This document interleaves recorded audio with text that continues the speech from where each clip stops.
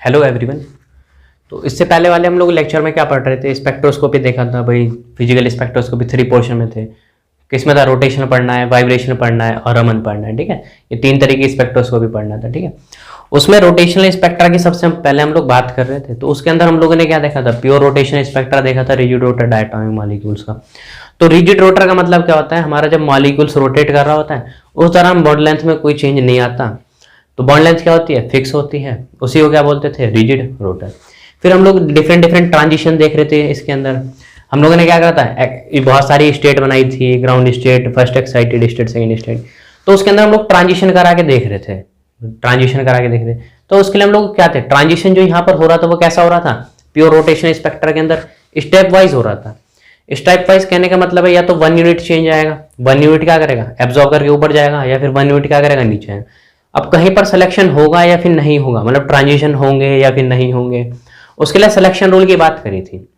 Selection rule क्या होता है, डेल्टा जे जो होता है वो क्या होना चाहिए, ±1 होना चाहिए। तो हमारा जो ट्रांजिशन है वो अलाउड होगा, और जो ±1 नहीं होगा डेल्टा जे, तो उसमें ट्रांजिशन क्या होंगे, अलाउड नहीं होंगे, उसे बोलते थे हम लोग फॉरबिडन। ठीक है, +1 का मतलब होता है एब्जॉर्प्शन हो रहा है, एब्जॉर्प्शन होगा तो 1 यूनिट ऊपर जाएगा।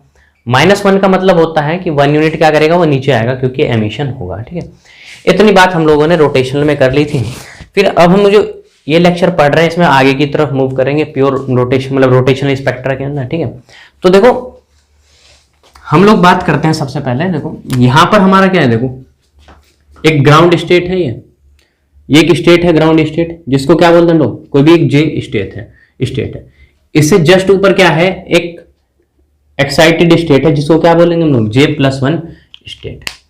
देखो ये वाली जो स्टेट है वो क्या है, J है, और इससे जो जस्ट ऊपर वाली है उसको कौन सी एक्साइटेड, इससे जो ग्राउंड स्टेट J है और जो फर्स्ट एक्साइटेड स्टेट है उसको क्या बोलते हैं, J+1 है। ठीक, अब इसी में देखो कि हमारा जो ट्रांजिशन हो रहा है, जो भी ट्रांजिशन हो रहा है वो J से लेकर के वो कहां पर हो रहा है, J+1 पे ट्रांजिशन हो रहा है। तो कुछ तो इसने रेडिएशन को एब्जॉर्ब किया होगा।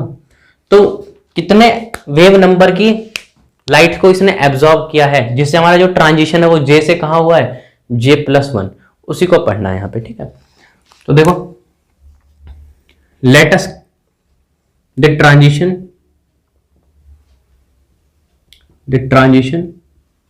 From J to J+1। ठीक है, J से कहां हो रहा है ट्रांजिशन, J+1 हो रहा है। तो wave number, the wave number of photons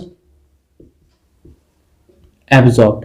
ठीक है, कि कितने वेव नंबर्स की जो फोटॉन्स है उसको एब्जॉर्ब कर रहे हैं, जिससे हमारा जो ट्रांजिशन हो रहा है वो J से J+1 में जा रहा है। ठीक है, इतना हमें जानना है। ठीक है, अब देखो यहाँ पे ट्रांजिशन कहां से कहां हो रहा है, J से J+1 ट्रांजिशन हो रहा है।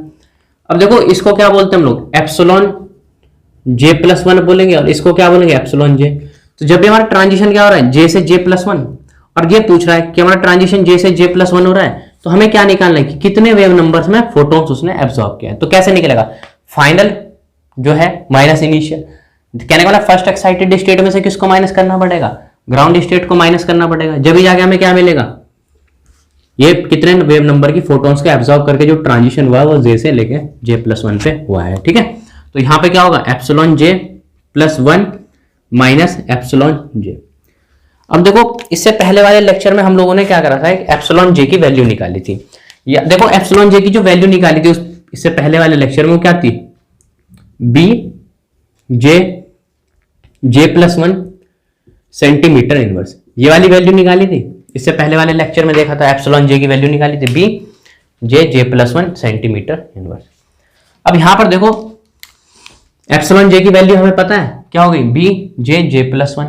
लेकिन एप्सिलॉन J+1 में क्या करेंगे, J की जगह हम लोग क्या रखने वाले हैं, +1 कर देंगे। आगे बात समझ, J की जगह क्या कर देंगे, +1 कर देंगे, J की जगह J+1 कर देंगे। ठीक है, अब यहां पर देखो एप्सिलॉन J की ये क्या हो गया, ये वाली वैल्यू रख दो, बस J की जगह क्या रख दो, J+1। तो यहां पे बन गया B, J की जगह क्या रख दो, J+1, और यहां बन गया तुम्हारा J+1+1। ठीक है, और माइनस एप्सिलॉन J की वैल्यू तो यही हो गई, B J+1।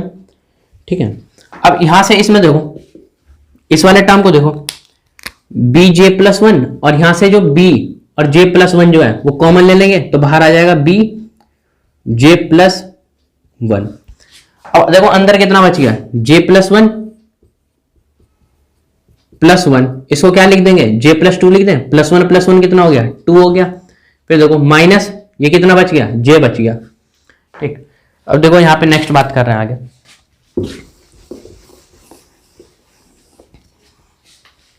जे से जो जे है वो क्या हो गया, खत्म हो गया यहां पे। तो कितना बच गया, जो भी हमारे देखो ट्रांजिशन जो हो रहे हैं वो यही तो हो रहे हैं, जे से जे प्लस वन ट्रांजिशन हो रहे हैं, कितने वेव नंबर की फोटोन्स को वो एब्जॉर्ब कर रहा है। तो देखो कितना हो जाएगा, two B J plus one, तो हो गया तुम्हारा two B J plus one. ये किसमें होता है, सेंटीमीटर इनवर्स में। ये जो वैल्यू आई है जिसमें हमारा ट्रांजिशन क्या हो रहा है, जे से जे प्लस वन हो रहा है, तो कितने वेव नंबर की फोटोन्स को एब्जॉर्ब कर रहा है, वो कहता है two B J plus one, और ये किसमें होती है यूनिट, सेंटीमीटर इनवर्स में। इस वाली फॉर्म को ध्यान रखना। इसके ऊपर देखो अभी हम लोग स्पेक्ट्रल लाइंस बनाएंगे, जो स्पेक्ट्रम आता है हमारा, ठीक है, उसको बात करेंगे। ठीक है, ये वाली फॉर्म ध्यान रखना। अब देखो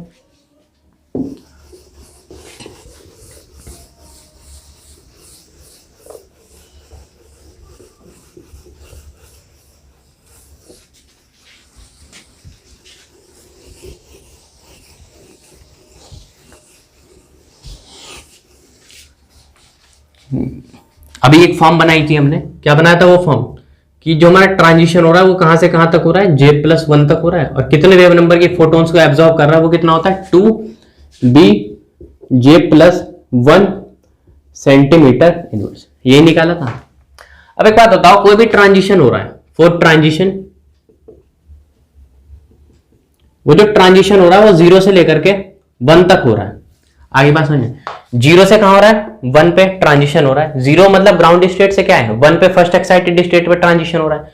तो कितने वेव नंबर की फोटोन्स एब्जॉर्ब करेगा, उसके लिए देखो हमें क्या करना पड़ता है, जे की जगह क्या रखना पड़ेगा, यहाँ पर जीरो रखना पड़ेगा।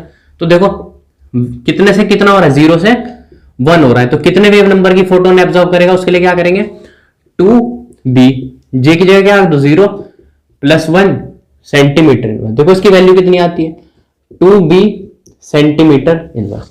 जब भी हमारा ट्रांजिशन कहां से कहां हो रहा है, जे से जे जीरो टू वन हो रहा है, तो वहां पर कितने वेव नंबर की फोटोन्स को एब्जॉर्ब करेगा, टू बी सेंटीमीटर इनवर्स। ठीक है, अब देखो, अब हम लोग बात करते हैं जो ट्रांजिशन हो रहा है हमारा, फोर ट्रांजिशन कहां से कहां हो रहा है, इस बार ट्रांजिशन वन से लेकर कहां हो रहा है, टू पर। तो कितने वेव नंबर की फोटोन एब्जॉर्ब करेगा, ट्रांजिशन वन से टू हो रहा है, तो कितने वेव नंबर की फोटोन से एब्जॉर्ब करेगा। यहां पर जे की जगह क्या रख दो, वन रख दो, तो कितना बन गया यहां से, two B one plus one, तो one one two two four, ये बन गया तुम्हारा फोर बी सेंटीमीटर इनवर्स। ठीक, फिर देखो जो हमारा इस बार ट्रांजिशन हो रहा है वो कहां से कहां तक हो रहा है, टू से लेकर के थ्री तक। तो कितने वेव नंबर की फोटोन से एब्जॉर्ब करेगा, टू से लेकर के थ्री तक के बीच में, टू रख के देखो यहाँ पे, तो कितना बन गया, two B two plus one, तो टू वन थ्री, और ये कितना हो गया, सिक्स बी सेंटीमीटर इनवर्स। ठीक, फिर इसी तरीके से हम लोग नेक्स्ट बात कर रहे हैं कि हमारा फिर से ट्रांजिशन कहां हो रहा है, इस बार थ्री से लेकर के फोर तक हो रहा है, तो कितने वेव नंबर की फोटोन्स वो एब्जॉर्ब करेगा, थ्री से फोर होगा।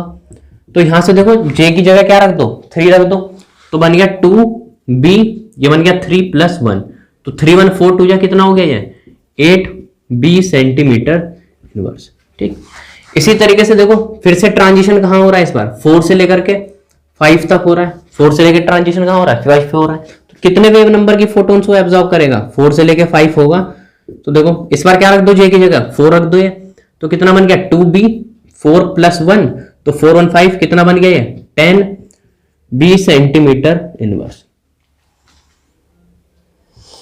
ठीक है, कितना बन गया, टेन बी सेंटीमीटर इनवर्स। इन वैल्यू को ध्यान रखना, ये बहुत इंपॉर्टेंट है, two B centimetre inverse, four B centimetre inverse, six B centimetre, eight B centimetre, ten B centimetre. ठीक है, inverse ten B centimetre inverse, ये वाली वैल्यू ध्यान रखना। अभी हम लोग बात करते हैं स्पेक्ट्रल लाइंस बनाएंगे, वहां पर लगाएंगे। ठीक है, इन लोगों, इनमें देखो टू बी के बाद फोर बी आ रहा, फोर बी के बाद सिक्स बी आ रहा, सिक्स बी के बाद एट बी आ रहा, कहीं ना तो कहीं जो भी ट्रांजिशंस हो रहे हैं उनमें देखो वेव नंबर का कितना का डिफरेंस आ रहा है, टू बी सेंटीमीटर का इनवर्स आ रहा है ना।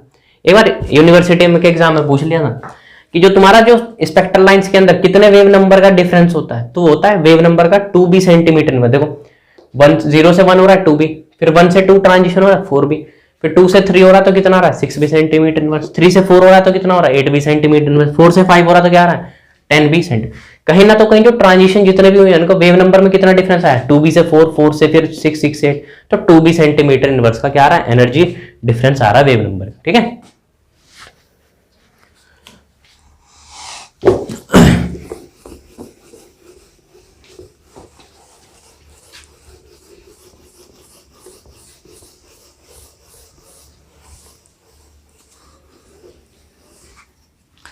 ठीक है। अब यहां पे देखो हम लोग कुछ स्टेट्स पहले देखते हैं कि ट्रांजिशन किस तरीके से होता है। ये देख लो, एक तो ये है J इक्वल टू 0 वाली, ठीक है, और हमारे पास फॉर्म क्या थी epsilon J equal to B J plus 1 B J plus 1, ये था सेंटीमीटर इनवर्स, ये वाली फॉर्म थी हमारे पास। अब यहां पर देखो हम लोग J इक्वल टू 0 पुट कर रहे हैं तो ये पूरा क्या हो गया 0 B सेंटीमीटर, तो एप्सिलॉन 0 कितना आ गया 0b सेंटीमीटर इनवर्स। फिर नेक्स्ट ये कौन सी होती है ग्राउंड स्टेट, ग्राउंड स्टेट। इसके बाद देखो जस्ट इसके ऊपर कौन सी होती है फर्स्ट एक्साइटेड स्टेट, इस वाले को क्या बोलते हैं हम लोग first excited state. First excited state में देखो क्या होता है, ये तो J इक्वल टू 0 वाली थी ground state, J equal to 1 वाली कौन सी होती है फर्स्ट एक्साइटेड स्टेट। तो देखो एप्सिलॉन 1 की वैल्यू कितनी आ जाएगी, J इक्वल टू 1 है, इसके अंदर पुट करके देखो तो कितनी आ गई 2b सेंटीमीटर इनवर्स। इससे पहले वाले लेक्चर में भी क्या निकाली थी इसकी वैल्यूज निकाली थी। अब फिर क्या देख रहे थे हम लोग ट्रांजिशन देख रहे थे। ऐसे देखो next ground state first excited state, उसके बाद कौन सी आ जाएगी second excited state.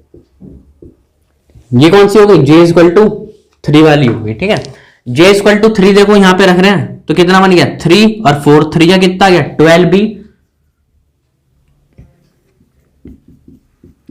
12b centimetre inverse.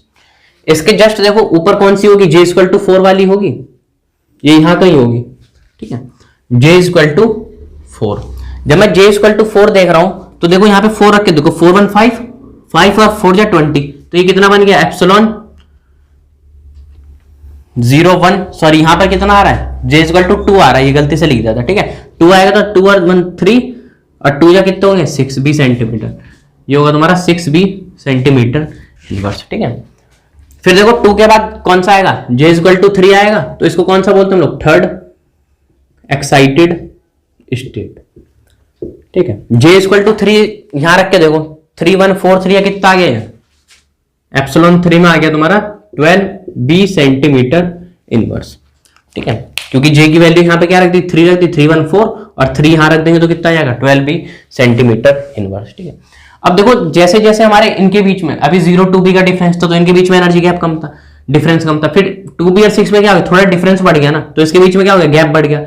ऐसे 6b और 12b के बीच में क्या था गैप बढ़ा है, उससे क्या हो गया ये जो स्टेट है इसके बीच में क्या हो गई एनर्जी गैप के बीच में जो स्टेट बनी हुई है उसके बीच में गैप बढ़ती चलिए। जैसे जैसे इनका डिफरेंस बढ़ता जा रहा है एनर्जी गैप का, वैसे वैसे क्या होती आती है ये जो ट्रांजिशन वाली जो स्टेट होती है इनके बीच में भी एनर्जी गैप बढ़ता जाता है, ठीक है।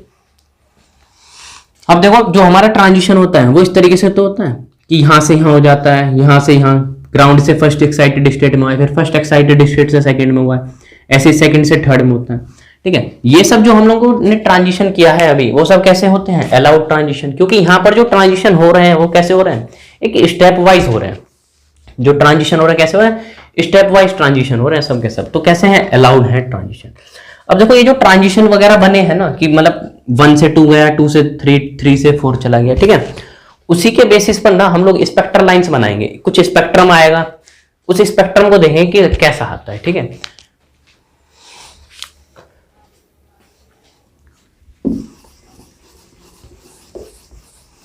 ट्रांजिशंस की हम लोगों ने बात करी थी कि मतलब 1 से 0 से 1 होगा तो कितना आएगा 2b सेंटीमीटर इनवर्स आता है, वो सारी वैल्यूज हमने देखी थी, है ना। उसके बेसिस पर हम लोग क्या करेंगे स्पेक्ट्रल लाइंस देखेंगे। देखो यही तो बात करी थी हम लोगों ने कि हमारा जो ट्रांजिशन हो रहा है वो 0 से 1 होगा, तो कितने वेव नंबर का गैप आएगा, 2b सेंटीमीटर इनवर्स होता था, ठीक है, कितने वेव नंबर की फोटोन्स एब्जॉर्ब करता था, तो 2b सेंटीमीटर इनवर्स करता था। इसी तरीके से देखो फिर 1 से 2 होता था तो कितनी वैल्यू आती थी, 4b centimetre inverse wave number, कितने वेव नंबर की फोटोन्स एब्जॉर्ब कर रहा है, ठीक है। ऐसे 2 से 3 हो रहा है तो कितने वेव नंबर की फोटोन एब्जॉर्ब करता था, 6b सेंटीमीटर इनवर्स। ऐसे 3 से 4 होता है तो कितनी करता है, 8b सेंटीमीटर इनवर्स।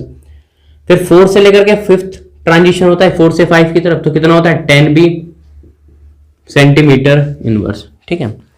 ये सब हम लोगों ने अभी बात कर ली थी, ठीक है। अब हम लोग स्पेक्ट्रल लाइंस बना रहे हैं, वो किसके बेसिस पर बनेंगे, ट्रांजिशंस हो रहे होंगे भाई मॉलिक्यूल्स के अंदर, तो उसी का क्या आएगा, स्पेक्ट्रल लाइंस आएंगी।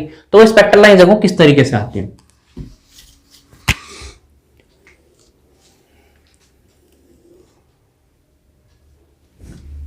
अब देखो यहां पे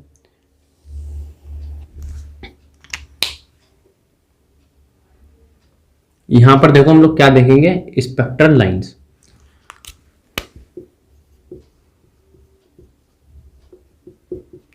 स्पेक्ट्रल लाइंस बनाएंगे यहां पर, जो हमें स्पेक्ट्रल लाइंस दिखती हैं।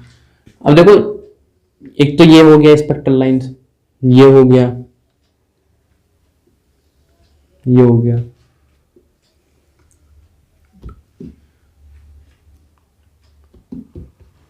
और फिर ये हो गया इस तरीके से। थोड़ा एनर्जी इनके बीच में जो स्पेक्ट्रल लाइंस होता है ना, वो जो गैप होता है वो इक्वल डिस्टेंस पे होता है। थोड़ा दिख भी जाए इधर उधर हो जाए तो कोई दिक्कत नहीं, ध्यान रखना क्या होते हैं, इक्वल डिस्टेंस पर होते हैं ये, ठीक है।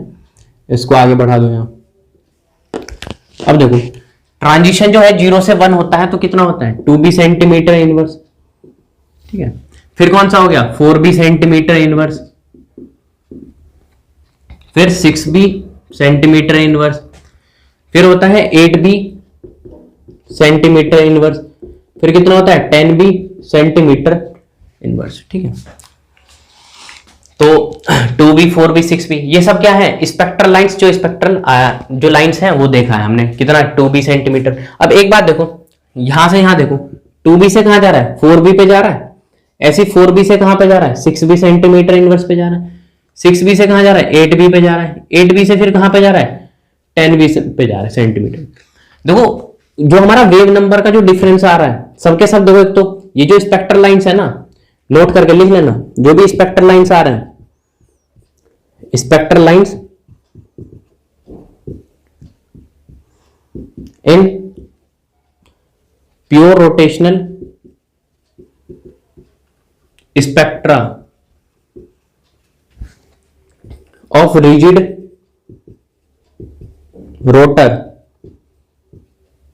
डायटोमिक मॉलिक्यूल्स, वो सब में देखो क्या आते हैं, वो एक इक्विडिस्टेंस लाइन पे आते हैं, इक्विडिस्टेंट लाइन्स आती है। समझ गए बात को, इक्विडिस्टेंस लाइन का मतलब समझो, जो भी हमारी प्योर क्या पढ़ रहे हो तुम लोग, pure rotational spectra of rigid rotor diatomic molecules, इसमें जो हमारी स्पेक्ट्रल लाइंस आ रही हैं वो सब कैसी हैं, इक्वल डिस्टेंस पर है, ठीक है। इस बात को ध्यान रखना, कभी कभी पूछ ले भाई कि जो तुम्हारी स्पेक्ट्रल लाइंस आती है pure rotational spectra of rigid rotor diatomic molecules में, वो इक्वल डिस्टेंस पर होती है नहीं, कभी आ जाए एक ऑप्शन टिक करने के लिए, करेक्ट ऑप्शन कौन सा है। तो सबकी सब जो लाइन से है ना, ये जो आई है स्पेक्ट्रल लाइंस, वो सब कैसी होती हैं, इक्वल डिस्टेंस पर होती है। अब देखो इनके बीच में जो वेव नंबर का जो गैप है, डिफरेंस आ रहा है दो स्पेक्ट्रल लाइंस के बीच में, वो कितना आ रहा है, 2b सेंटीमीटर इनवर्स का गैप आ रहा है। इसके बीच में देखो कितना आ रहा है, 2b सेंटीमीटर इनवर्स। इसके बीच में देखो कितना आ रहा है, 2b सेंटीमीटर इनवर्स। इसके बीच में देखो कितना आ रहा है, 2b सेंटीमीटर इनवर्स, ठीक है। तो यहां पर देखो जो भी वेव नंबर का डिफरेंस आ रहा है, जो भी वेव नंबर का डिफरेंस आ रहा है, द डिफरेंस इज, इसको लिख लेना नोट करके, ये इंपॉर्टेंट है, ठीक है। The difference between two conjugative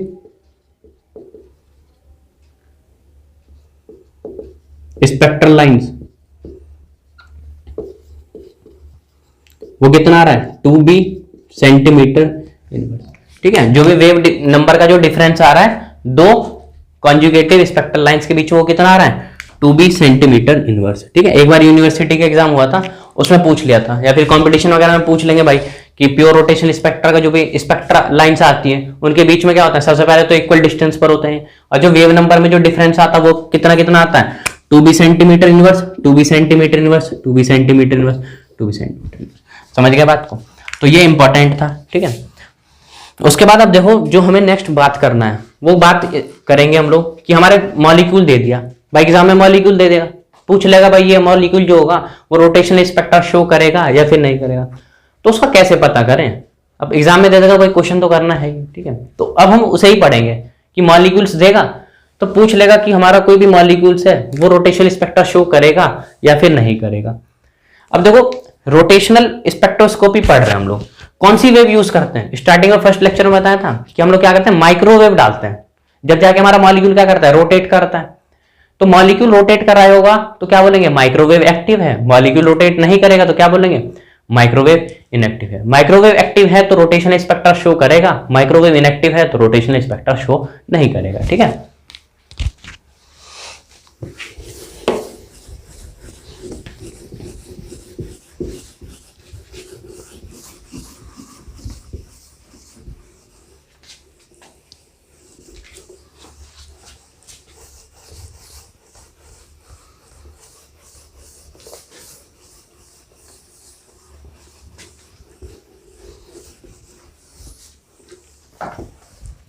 अब देखो जो भी तुम्हारे हेट्रोन्यूक्लियर मॉलिक्यूल्स होते हैं, ठीक है, हेट्रो न्यूक्लियर मॉलिक्यूल्स है, ठीक है। ये जो हेट्रोन्यूक्लियर मॉलिक्यूल्स होते हैं ये रोटेशनल स्पेक्ट्रा शो करते हैं। क्या करते हैं, रोटेशनल स्पेक्ट्रा शो करेंगे। अब एक बात बताओ, जब ये रोटेशनल स्पेक्ट्रा शो करेंगे तो ये सब क्या होंगे, माइक्रोवेव एक्टिव होंगे, ठीक है, माइक्रोवेव एक्टिव होंगे, ठीक है। तो माइक्रोवेव एक्टिव होंगे तो भाई रोटेशनल स्पेक्ट्रा शो करेंगे। तो जो तुम्हारे दो तरीके के मॉलिक्यूल हैं, एक तो हेट्रोन्यूक्लियर मॉलिक्यूल है और एक क्या होते हैं, हमारे होमोन्यूक्लियर मॉलिक्यूल होते हैं, ठीक है। तो तुम्हारे हेट्रोन्यूक्लियर मॉलिक्यूल क्या करेंगे, रोटेशनल स्पेक्ट्रा शो करेंगे, तो उनको क्या बोलेंगे, माइक्रोवेव एक्टिव है। अब देखो होमोन्यूक्लियर मॉलिक्यूल्स, जो भी होमोन्यूक्लियर मॉलिक्यूल्स होते हैं ये क्या नहीं करते, do not show rotational spectra, ठीक है। होमोन्यूक्लियर मॉलिक्यूल्स रोटेशनल स्पेक्ट्रा को शो नहीं करते। जब ये रोटेशनल स्पेक्ट्रा को शो नहीं करते तो ये सब क्या होते हैं, माइक्रोवेव इनएक्टिव होते हैं, ठीक है। देखो उसका रीजन क्या होता है कि ये माइक्रोवेव इनएक्टिव होते हैं, बोलते हैं हम लोग होमोन्यूक्लियर मॉलिक्यूल्स भाई रोटेशनल स्पेक्ट्रा शो नहीं करते, लेकिन जो हेट्रोन्यूक्लियर मॉलिक्यूल्स होते हैं वो रोटेशनल स्पेक्ट्रा शो करते हैं। तो शो करेंगे तो भाई माइक्रोवेव एक्टिव है, नहीं करेंगे तो माइक्रोवेव इनएक्टिव है। देखो ये सब क्यों नहीं करते, क्योंकि इनका जो डाइपोल मोमेंट होता है ना वो क्या होता है, वो होता है जीरो। डाइपोल मोमेंट क्या होता है, इज इक्वल टू जीरो। अब ये सब क्या होते हैं, जो भी तुम्हारे हेट्रोन्यूक्लियर मॉलिक्यूल्स होते हैं इनका डाइपोल मोमेंट क्या होता है, वो होता है नॉट इक्वल टू जीरो, ठीक है। डाइपोल मोमेंट जीरो होगा तो तुम्हारा क्या होंगे, वो सब होमोन्यूक्लियर मॉलिक्यूल्स होंगे तो भाई क्या होंगे, वो रोटेशन स्पेक्ट्रा शो नहीं करेंगे, माइक्रोवेव क्या होंगे, इनएक्टिव। जिनका dipole moment not equal to zero होगा तो हम लोग बोलते हैं कि भाई माइक्रोवेव एक्टिव है, या फिर बोले तो वो रोटेशनल स्पेक्ट्रा शो करेंगे, ठीक है। सबसे पहले जस्ट आइडिया मैं डाइपोल मोमेंट का दे रहा हूं क्योंकि कंफ्यूजन होगी बहुत सारे लोगों को कि भाई डाइपोल मोमेंट होता क्या है, कहां से आ गया जीरो, कहां से नॉट इक्वल टू जीरो का पता करें, तो जस्ट उसको बता दे रहे हैं, ठीक है।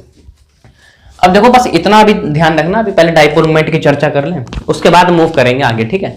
क्यों ऐसा होता है, क्यों नहीं होता, बस इतना ध्यान रखना। जो हेट्रोन्यूक्लियर मॉलिक्यूल्स होते हैं वो रोटेशन स्पेक्ट्रा शो करेंगे तो माइक्रोवेव एक्टिव होंगे, उनका dipole moment not equal to zero होगा, और जिनका dipole moment equal to zero होगा वो रोटेशन स्पेक्ट्रा शो नहीं करते। ज्यादातर एग्जांपल होमोन्यूक्लियर मॉलिक्यूल्स के ही मिलेंगे, ठीक है। तो वो जब भाई रोटेशन स्पेक्ट्रा शो नहीं करेंगे तो माइक्रोवेव इनएक्टिव होंगे, ठीक है। अभी जस्ट डाइपोल मोमेंट बढ़ाओ, ठीक है, उसके बाद बात करेंगे।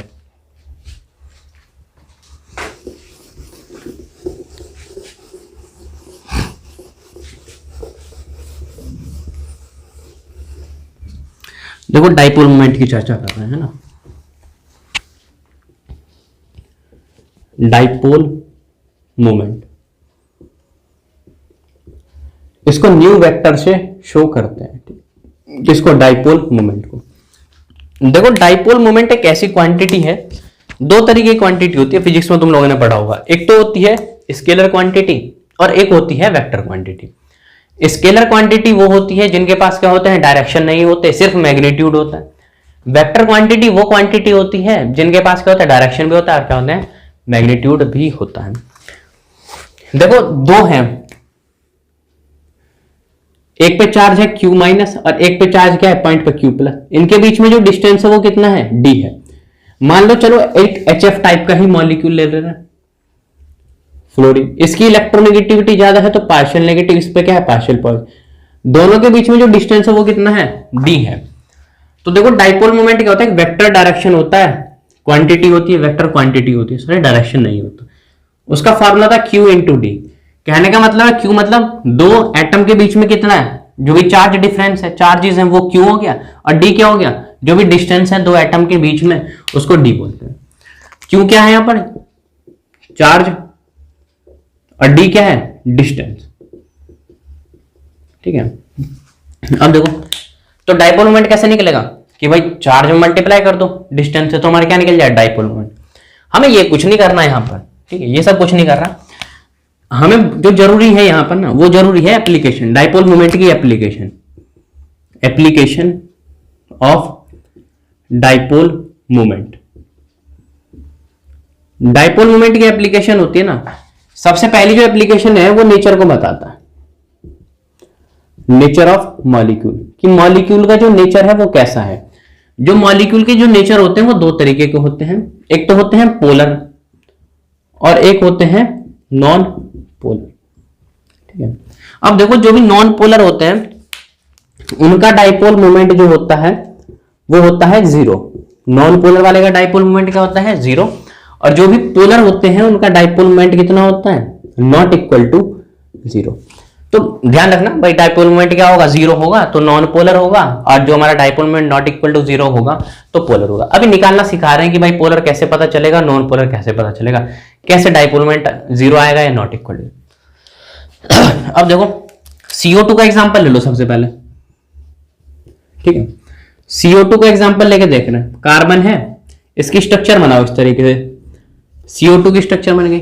अब देखो कार्बन से ऑक्सीजन ज्यादा इलेक्ट्रोनेगेटिव नहीं है, तो देखो डाइपोल मोमेंट की जो डायरेक्शन होती है, डायरेक्शन की बात करें, क्योंकि वेक्टर क्वांटिटी है ना भाई डाइपोल मोमेंट, तो उसके पास कोई डायरेक्शन होगी, तो यहां पर जो डायरेक्शन होती है वो लेस इलेक्ट्रोनेगेटिव एटम से टू मोर इलेक्ट्रोनेगेटिव एटम की तरफ होती है। कहां से, लेस इलेक्ट्रोनेगेटिव एटम से मोर इलेक्ट्रोनेगेटिव एटम की तरफ होती है। अब इसको देखो रिप्रेजेंट कैसे करते हैं, रिप्रेजेंट जो होता है ना डाइपोल मोमेंट को, इस वाले एरो से करते हैं, इस वाले एरो से क्या करते हैं, रिप्रेजेंट करते हैं डाइपोल मोमेंट को। कार्बन से ज्यादा इलेक्ट्रोनेगेटिविटी ऑक्सीजन है तो इसकी डायरेक्शन कहां होगी, लेस इलेक्ट्रोनेगेटिव से मोर इलेक्ट्रॉन, इसके इधर से इधर होगी। अब हमें पता है इसके बाद डायरेक्शन है तो वेक्टर क्वांटिटी है, ये इधर जा रहा है, ये इधर जा रहा है, भाई अपोजिट डायरेक्शन में जा रहा है ना, तो ये तो कैंसिल कर देंगे, तो कैंसिल कर देंगे तो डाइपोल मोमेंट इस वाले मॉलिक्यूल का कितना आ जाएगा, इज इक्वल टू जीरो आ जाएगा। जब डाइपोल मोमेंट क्या आ रहा है, जीरो आ रहा है, तो ये कंपाउंड कैसा हो गया, या फिर बोले मॉलिक्यूल कैसा है, नॉन पोलर है। ठीक, अब देखो नेक्स्ट एग्जांपल की बात करें वाटर की। देखो वाटर की बात करें, H2O की एग्जांपल ले रहे हैं, H2O। इसकी स्ट्रक्चर बनाओ, ऑक्सीजन है और यहां पर क्या है, हाइड्रोजन, और यहां पर क्या है, हाइड्रोजन, और ऑक्सीजन के ऊपर क्या होते हैं, लोन पेयर इलेक्ट्रॉन होते हैं। ठीक है, अब देखो हाइड्रोजन से ज्यादा इलेक्ट्रोनेगेटिव कौन है, ऑक्सीजन है ना, तो डाइपोल मोमेंट के डायरेक्शन में ऑक्सीजन से हाइड्रोजन, हाइड्रोजन से ऑक्सीजन की तरफ डाइपोल मोमेंट। अब एक बात ध्यान रखना, डाइपोल मोमेंट निकालने टाइम पर लोन पेयर की डायरेक्शन जहां पर भी हो, डाइपोल मोमेंट की डायरेक्शन भी वही होगी, तो ऊपर की तरफ है लोन पेयर की डायरेक्शन, ऐसे ही क्या होगी, डाइपोल मोमेंट की डायरेक्शन क्या होगी, ऊपर। और जो मैं नेट डाइपोल मोमेंट की बात करूं तो देखो नेट डाइपोल मोमेंट निकालना है इस मॉलिक्यूल के अंदर, तो ओवरऑल देखो नेट डाइपोल मोमेंट ऊपर ही तो जा रहा है, ये कैसा है, नेट डाइपोल मोमेंट। तो क्या नेट डाइपोल मोमेंट जीरो है, नहीं है, कैसा है, नॉट इक्वल टू जीरो है, तो मॉलिक्यूल क्या हो गया हमारा, पोलर हो गया। ठीक है, अब आगे बात समझो, मॉलिक्यूल दे देगा तुम्हें फिर पूछ लेगा कि भाई तुम्हारा मॉलिक्यूल क्या है, dipole moment not equal to 0 है, तो तुम्हारा क्या होगा, रोटेशन स्पेक्ट्रा शो करेगा। अब भाई उसमें ये चेक कर लेना कि क्या हो, डाइपोल मोमेंट 0 होगा तो वो क्या होंगे, नॉन पोलर होंगे, तो भाई वो रोटेशन स्पेक्ट्रोस्कोपी स्पेक्ट्रम नहीं शो करेंगे। ठीक है, इतना ध्यान रखना, क्वेश्चन हम करा देंगे।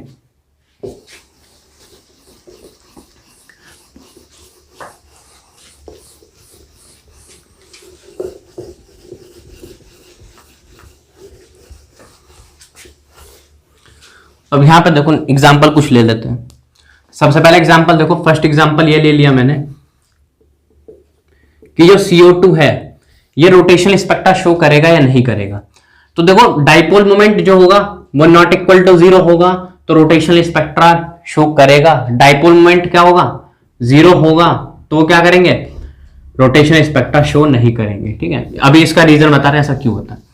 CO2 में देखा था कार्बन डबल बॉन्ड ऑक्सीजन, इसकी स्ट्रक्चर ये थी, कार्बन से ज्यादा इलेक्ट्रोनेगेटिव ऑक्सीजन है तो ये इधर, और ये क्या है इधर, दोनों क्या है अपोजिट डायरेक्शन में, तो नेट डाइपोल मोमेंट क्या होगा, 0 होगा। जब डाइपोल मोमेंट 0 होगा तो वो क्या करेंगे, माइक्रोवेव इनएक्टिव होंगे। माइक्रोवेव इनएक्टिव कहने का मतलब है do not show rotational spectra, rotational spectra को शो नहीं करेंगे। ठीक है, ऐसे देखो सेकंड एग्जांपल की बात कर रहे हैं, वाटर। वाटर का तो अभी निकाला था, फिर क्या निकालें उसको। ठीक है, इसमें क्या होता है, dipole moment not equal to 0 होता है। जब dipole moment not equal to 0 है तो वो क्या होंगे, माइक्रोवेव एक्टिव होंगे। माइक्रोवेव एक्टिव कहने का मतलब क्या है कि वो रोटेशनल स्पेक्ट्रा जो है वो शो करेंगे,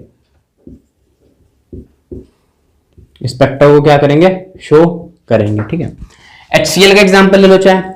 HCl भी क्या है, हेट्रोन्यूक्लियर डायटोमिक मॉलिक्यूल है। जब हेट्रोन्यूक्लियर डायटोमिक मॉलिक्यूल देखो हाइड्रोजन से और क्लोरीन है, इसके बीच में क्या होगा, डाइपोल मोमेंट की डायरेक्शन है, क्या नॉट 0 हो पाएगा, क्योंकि एक ही तो डायरेक्शन में जा रहा है। तो क्या होंगे इसमें भी, जो नेट डाइपोल मोमेंट क्या है, नॉट इक्वल टू 0 है। जब डाइपोल मोमेंट क्या है, नॉट इक्वल टू 0 है, तो वो भी क्या होंगे, हमारे माइक्रोवेव एक्टिव होंगे। इसीलिए क्या बोला था हमने कि जो हमारे होमोन्यूक्लियर मॉलिक्यूल्स होंगे वो क्या करेंगे, माइक्रोवेव इनएक्टिव होंगे, वो रोटेशन स्पेक्ट्रा शो नहीं करेंगे। लेकिन जो हेट्रोन्यूक्लियर मॉलिक्यूल्स होंगे वो सब माइक्रोवेव एक्टिव होते हैं। माइक्रोवेव एक्टिव कहने का मतलब है रोटेशनल स्पेक्ट्रा शो करेंगे। ठीक है, ये बात ध्यान रखना।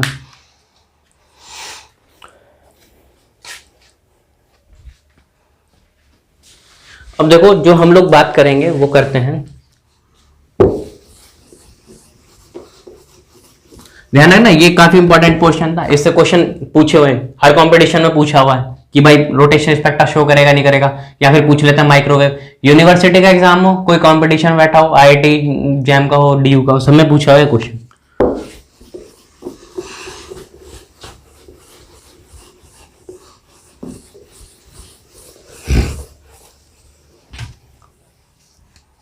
अब देखो नेक्स्ट, इफेक्ट ऑफ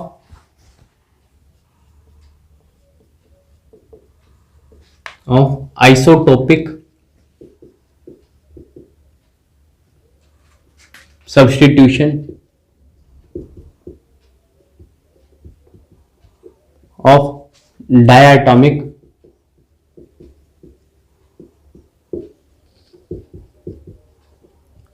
मॉलिक्यूल। ठीक है, अब देखो कोई भी एक डायटोमिक मॉलिक्यूल है, ठीक है, आई बता रहे हैं इसका मतलब क्या है, बस इसको इतना जानो क्या लिखा हुआ है, effect of isotopic substitution of diatomic molecule. देखो कोई भी मैं मॉलिक्यूल को कंसीडर करके चल रहा हूं, ठीक है, let us consider a diatomic molecule. कोई भी एक डायटोमिक मॉलिक्यूल को क्या कर रहे हैं हम लोग, कंसीडर करके चल रहे हैं। वो जो डायटोमिक मॉलिक्यूल है कौन सा है, AB जो है वो एक डायटोमिक मॉलिक्यूल है। ठीक है, इसमें देखो एक A है एटम और एक मॉलिक्यूल में क्या है, B एटम है। अब देखो एक A एटम है, इसको हम लोग क्या कर रहे हैं, इसके हेवियर आइसोटोप्स है। आइसोटोप समझ लो, आइसोटोप वो होते हैं जैसे हाइड्रोजन है 1H1, hydrogen 1H2, hydrogen 1H3। इसमें देखो क्या है, एटॉमिक नंबर सेम है लेकिन एटॉमिक मास क्या है, डिफरेंट है, तो उसको क्या बोलते हैं हम लोग, आइसोटोप। कहने का मतलब है देखो एक ए मॉलिक्यूल है, AB टाइप का डायटोमिक मॉलिक्यूल है, तो इसमें एक A एटम है, इसमें क्या है, एक B एटम है। A एटम क्या है, एक लाइटर एटम है, इसको मैं रिप्लेस करता हूं किससे, इसी के एक हैवियर आइसोटोप से रिप्लेस कर देता हूं, ठीक है। तो इन ए बी मॉलिक्यूल, एक जो ए बी मॉलिक्यूल में क्या है, जो ए एटम है उसको रिप्लेस करते हैं, इज रिप्लेस्ड बाय उसके किसके, हैवियर आइसोटोप से, हैवियर आइसोटोप ए, उसके ऊपर क्या लगा दो, आई लगा दो, पता तो चल जाएगा कि क्या है, आइसोटोप बैठा हुआ है, ठीक है। कोई भी एक ए बी टाइप का डायटोमिक मॉलिक्यूल है, इसमें से क्या करें, ए एटम को क्या करें, रिप्लेस करें सी के हैवियर आइसोटोप से। उसी का इफेक्ट देखना है, उसी का क्या देखना है, इफेक्ट देखना है कि हमने डायटोमिक मॉलिक्यूल्स में क्या करें, सब्स्टिट्यूट किया है, तो उसका क्या इफेक्ट पड़ रहा है, ठीक है। अब देखो कोई भी ए बी टाइप का मॉलिक्यूल था, कोई भी एक ए बी टाइप का मॉलिक्यूल था, उसका रिड्यूस मास कितना था, यही तो था M A comma M B upon M A dot M B multiply में ए प्लस एम ए नीचे और प्लस एम बी। ये क्या होता था, रिड्यूस मास होता था। ये किसका होता था, जब एक ए बी टाइप का मॉलिक्यूल था, लेकिन मैंने एक ए एटम को किससे रिप्लेस कर दिया है, इसमें इसी के रिप्लेस कर दिया है एक हैवियर आइसोटोप ए आई से। तो यहां पर देखो जो रिड्यूस मास बन जाएगा वो कितना बन जाएगा, न्यू आई, यहां पे क्या लगा दो, आई लगा दो, क्योंकि रिड्यूस मास किसका है, इस बार हैवियर आइसोटोप ए आई की वजह से आएगा। तो वो कितना बन जाएगा, देखो एम ए आई और यहां पर क्या है डॉट एम बी होगा, क्योंकि बी को थोड़ी रिप्लेस किया हमने, ए को करा। नीचे क्या होगा, M A I plus M B, ठीक है। ये फॉर्म बन गई, ये एक रिड्यूस मास था ए बी मॉलिक्यूल्स का, फिर उसी में से हम लोगों ने क्या करा, ए एटम को रिप्लेस करके उसी का आइसोटोप जोड़ दिया, तो उसके लिए रिड्यूस मास ये बन गया, ठीक है। अब देखो एक चीज हमें पता है, रोटेशनल कांस्टेंट डिफाइन करी थी, रोटेशनल कांस्टेंट डिफाइन करी होगी इससे पहले वाले लेक्चर में, ठीक है। वो देखो क्या होता है, रोटेशनल कांस्टेंट यही तो होता है, B equal to H upon 8 pi square I C, ये होता है। अब देखो यहां पर जो आई है वो क्या था, मोमेंट ऑफ इनर्शिया, वो कितना होता था, न्यू आर नॉट स्क्वायर। ये फॉर्म भी बना रखी थी हमने इससे पहले वाले लेक्चर में, ठीक है। तो यहां से जो न्यू आई की वैल्यू उठा कर इसमें रख दो, इसमें रख दो, क्या बन गया, B is equal to H upon 8 pi square I की जगह क्या रख दो, mu R naught square C. तो कुल मिला के देखो बी जो है, ये जो बी है वो इनवर्सली प्रोपोर्शनल किसके है, रिड्यूस मास के लिए। ये वाली फॉर्म बन गई यहां से कि बी जो है वो क्या है, इनवर्सली प्रोपोर्शनल है रिड्यूस मास के। अब एक बात बताओ, जो रिड्यूस मास होगा आइसोटोप वाले का वो क्या होगा, हमेशा ज्यादा होगा किससे, reduce mass of A B type molecule, ठीक है। रिड्यूस मास जो होगा वो क्या होगा, आइसोटोप वाले का ज्यादा होगा नॉर्मल वाले से, ठीक है। ऐसे एक बात देखो, जब बी जो है वो इनवर्सली प्रोपोर्शनल किसके है, रिड्यूस मास के है, तो ये वाली जो टर्म होगी वो बड़ी होगी, तो ये वाली क्या हो जाएगी, छोटी। तो रिड्यूस मास के लिए जो रोटेशन कांस्टेंट आएगा वो इससे कम नहीं हो जाएगा, तो क्या बन जाएगा, रोटेशनल कांस्टेंट जो आएगा बी रिड्यूस मास वाले का आइसोटोप वाले को कम आएगा किससे, बी से। क्योंकि देखो रिड्यूस मास क्या है, आइसोटोप वाले का ज्यादा हो गया, जब ये वाली जो टर्म हो गई ज्यादा होगी तो वो क्या हो गई, कम हो गई ना, ठीक है। ये क्या है, ऑलरेडी पहले से ही कम है इसका reduce mass A B atom का, ए बी टाइप मॉलिक्यूल्स का। तो देखो यहां पर ये तो ऑलरेडी पहले से कम है, तो ये वाली वैल्यू क्या होगी, ज्यादा होगी। तो जो रोटेशनल कांस्टेंट है, एक तो ए बी टाइप मॉलिक्यूल का, डायटोमिक मॉलिक्यूल का, एक उसी का आइसोटोप वाले का, हैवियर आइसोटोप वाले का। तो हैवियर आइसोटोप वाले का जो रोटेशनल कांस्टेंट होगा, रोटेशनल कांस्टेंट वो किससे आएगा, नॉर्मल जो डायटोमिक मॉलिक्यूल्स है उससे कम आएगा। इस रिलेशन को ध्यान रखना, इसके बेसिस पर हम लोग देखेंगे, अभी स्टेट वगैरह बनाएंगे, ट्रांजिशन स्टेट देखेंगे, ठीक है।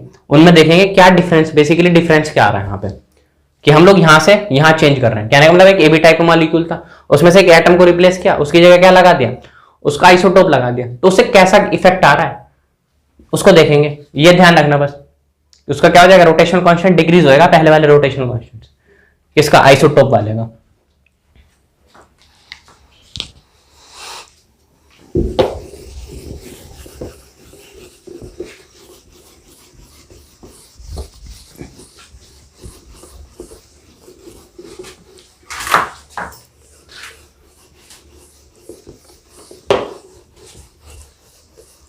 अब देखो यहाँ पे कुछ देख रहे हैं, ट्रांजिशन वगैरह देखेंगे, ठीक है।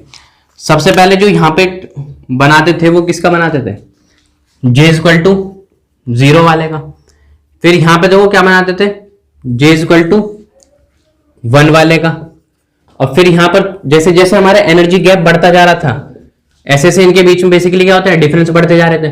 J equal to J equal to 3 था, फिर यहां पर क्या था, J इक्वल टू 4 वाला था। इसकी जो वैल्यू आ रही थी J इक्वल टू 0 वाले की, वो कितनी आ रही थी, epsilon J equal to B J plus 1। इसमें रख के देख लो J की वैल्यू कितनी, 0, तो ये ओवरऑल कितना बन गया, 0B सेंटीमीटर इनवर्स। ये कितना बन रहा था, 2B सेंटीमीटर इनवर्स, जब J इक्वल टू 1 रख रहे थे। J इक्वल टू 3 रख रहे थे, कितना, यही तो था, B equal to J plus 1, ठीक है। तो यहां पे 3 रख के देखो, सॉरी ये 2 है, और ये कितना हो गया, 3 आ गया। तो 2 रखो, 2 1 3 और 2 जा 6, ये कितना बन गया, 6B सेंटीमीटर इनवर्स। ये कितना बन जाता है, 12B सेंटीमीटर इनवर्स। ये सारी वैल्यू हमने पहले भी निकाली थी कि भाई J इक्वल टू 0 रख के देखो, एप्सिलॉन 0 की वैल्यू इतनी, एप्सिलॉन 1 की इतनी, ये सब बात, ठीक है। ये किसके लिए आया, वो जो स्टेट वगैरह जो बनाई है, जो ट्रांजिशन वगैरह आई है, वो किसके लिए आई है, लाइटर मॉलिक्यूल AB, कोई भी एक लाइटर मॉलिक्यूल है AB, उसके लिए हम लोग ये देखा है, ये जो ट्रांजिशन स्टेट वगैरह बनाई है वो किसके, उसके लिए बनाई है, ठीक है। अब देखो इसके लिए जो एक चीज हमने इससे पहले पढ़ी थी रोटेशनल कांस्टेंट में, कि जो रोटेशनल कांस्टेंट होता है आइसोटोप वाले का, वो क्या आता है, कम आता है नॉर्मल लाइटर वाले जो मॉलिक्यूल्स होते हैं उससे, ठीक है। तो यहां पर क्या है, ये सब रोटेशनल कांस्टेंट के बेसिस पर थे। जैसे जैसे रोटेशनल कांस्टेंट की वैल्यू क्या होती है, इंक्रीज होती जाती है, इनके बीच का जो एनर्जी गैप वो क्या होता है, बढ़ता जाता है। एनर्जी गैप कम ज्यादा, क्योंकि एनर्जी गैप इतना आ गया, 2B से 6B आ गया, 6B से 12B आ गया, तो और क्या हो गया, रोटेशनल कांस्टेंट की वैल्यू इसमें बढ़ गई, ठीक है। ऐसे यहां पे देखो, अब किसकी बात करेंगे यहां पर, हैवियर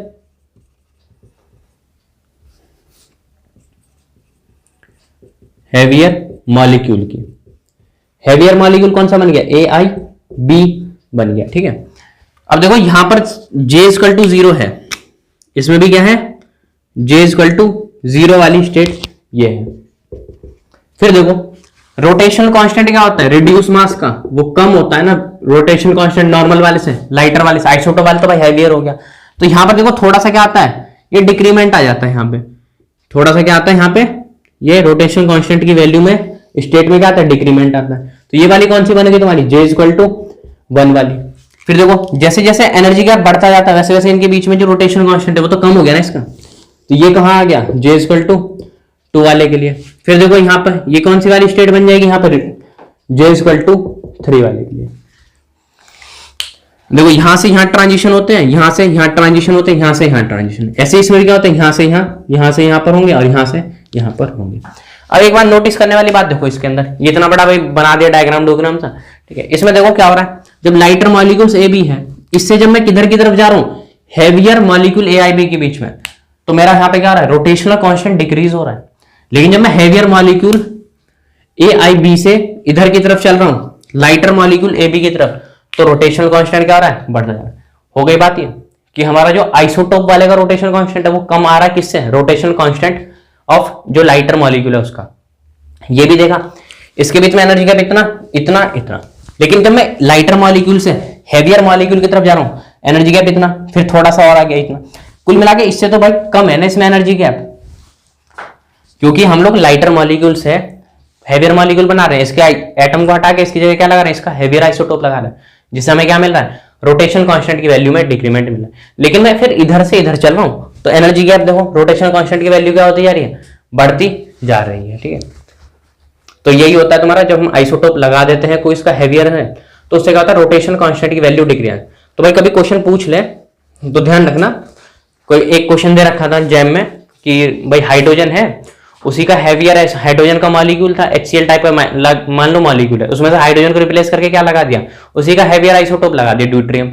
उससे लिख रखा था ऑप्शन में पढ़े होते, तो आंसर क्या था उसका, कि रोटेशनल कांस्टेंट क्या हो रहा है, ना तो उसमें ऑप्शन थे कि इंक्रीज हो रहा है, डिक्रीज हो रहा है, कांस्टेंट है, नन ऑफ दिस। तो रोटेशनल कांस्टेंट की वैल्यू क्या होती है, हैवियर आइसोटोप लगाने से वो डिक्रीज हो जाती है, ठीक है। ये सब ध्यान रखना, इंपॉर्टेंट है सबका।